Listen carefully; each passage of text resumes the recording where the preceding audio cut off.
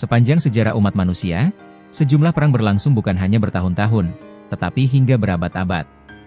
Di antara yang tercatat paling panjang adalah Perang Agama Ibrian yang berlangsung sekitar 781 tahun, serta perang antara Kekaisaran Romawi dan Persia yang memakan waktu sekitar 682 tahun.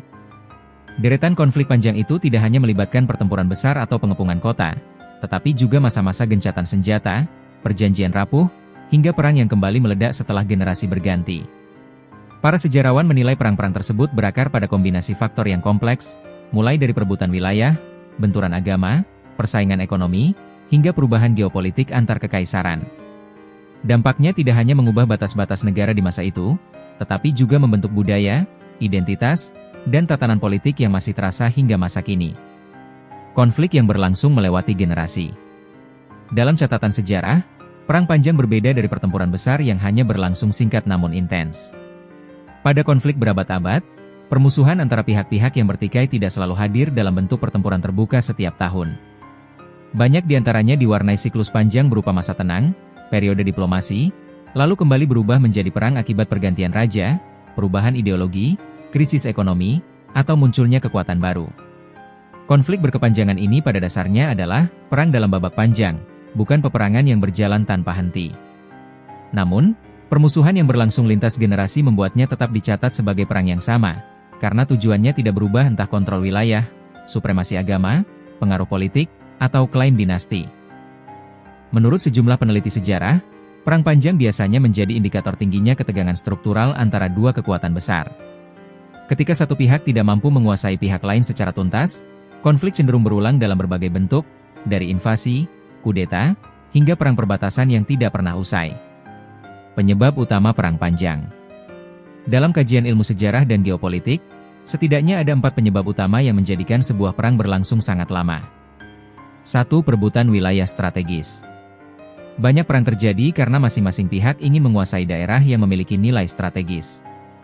Misalnya jalur perdagangan, pusat pemerintahan, atau wilayah subur. Selama nilai strategis wilayah tersebut bertahan, konflik pun ikut bertahan. 2. Benturan agama dan identitas. Perbedaan agama, etnis, atau ideologi seringkali menjadi pemicu perang panjang. Perbedaan keyakinan cenderung sulit diselesaikan karena melibatkan aspek identitas suatu bangsa, bukan sekadar kepentingan politik. 3. Klaim dinasti atau kekuasaan. Banyak perang abad pertengahan dipicu perebutan tahta antar keluarga kerajaan. Selama belum ada kesepakatan soal garis suksesi, konflik akan muncul kembali setiap generasi. 4. Perubahan geopolitik global. Jika satu kekaisaran melemah atau muncul kekuatan baru, keseimbangan politik berubah. Perubahan ini bisa memicu babak baru peperangan, terutama jika ada kekuasaan yang hendak berekspansi. Mengubah bentuk dunia di masa kini. Sejumlah perang terlama meninggalkan dampak sejarah yang sangat besar. Konflik antara Romawi dan Persia, misalnya, menjadi landasan munculnya peradaban besar di Timur Tengah. Sementara Perang Agama Ibria yang berlangsung hampir 8 abad mengubah struktur sosial di semenanjung Ibria dan melahirkan Spanyol serta Portugal modern. Setiap perang panjang menciptakan warisan sejarah dan budaya yang sangat kuat.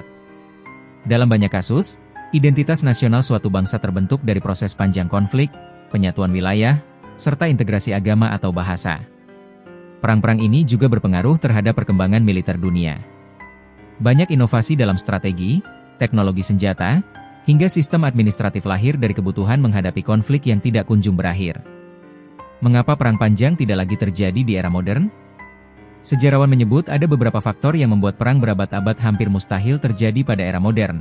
Perjanjian internasional lebih kuat dan mengikat. Persenjataan modern membuat perang menjadi sangat destruktif, sehingga negara lebih memilih diplomasi. Tekanan ekonomi global, termasuk sanksi internasional dan ketergantungan perdagangan antar negara. Lembaga multilateral seperti PBB berperan meredam konflik sebelum meluas. Akibatnya, perang modern cenderung berlangsung lebih singkat, meskipun tetap memakan korban besar. Konflik berkepanjangan saat ini lebih sering berupa perang gerilya atau konflik internal, bukan perseteruan antar kekaisaran seperti pada abad-abad lalu. Pelajaran dari konflik berabad-abad. Jika dilihat dari sejarahnya, perang panjang menjadi cerminan betapa rumitnya hubungan antar bangsa dan betapa kuatnya peran identitas dan kekuasaan dalam membentuk dunia. Konflik berkepanjangan mengajarkan bahwa perdamaian tidak tercipta semata-mata dari kemenangan militer. Konflik mudah muncul kembali selama akar masalah tidak diselesaikan. Kestabilan politik membutuhkan kesepakatan jangka panjang. Perang yang berlarut-larut justru memperlambat perkembangan sosial, ekonomi, dan budaya. Sejarawan menekankan bahwa mempelajari peperangan panjang bukan hanya untuk memahami sejarah, tetapi juga untuk melihat bagaimana negara-negara modern menghindari kesalahan yang sama.